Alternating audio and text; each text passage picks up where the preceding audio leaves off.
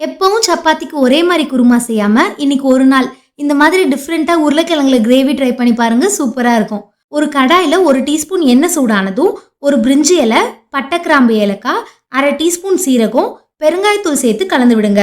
கூடவே 2 பச்சை மிளகாய், நறுக்குன ஒரு வெங்காயம், 1 டீஸ்பூன் இஞ்சி பூண்டு பேஸ்ட் சேர்த்து வதக்கிக்கலாம்.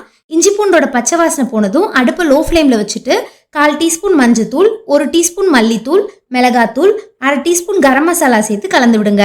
நறுக்குன 2 தக்காளி சேர்த்து வதக்கிக்கலாம். தக்காளி நல்லா வெந்து வந்ததும் லேசா மசிச்சு விடுங்க. கிரேவிக்கு தேவையான அளவு உப்பு, 1 டீஸ்பூன் கசூரி மெத்தி சேர்த்து கலந்துட்டு வேக வச்சு மசிச்சு வச்சிருக்க 4 உருளைக்கிழங்கு சேர்த்துக்கிறேன். 1/2 கப்பு தண்ணி சேர்த்து ஒரு தடவை நல்லா கலந்துட்டு மூடி போட்டு லோ ஃப்ளேம்ல 10 நிமிஷம் கொதிக்கட்டும்.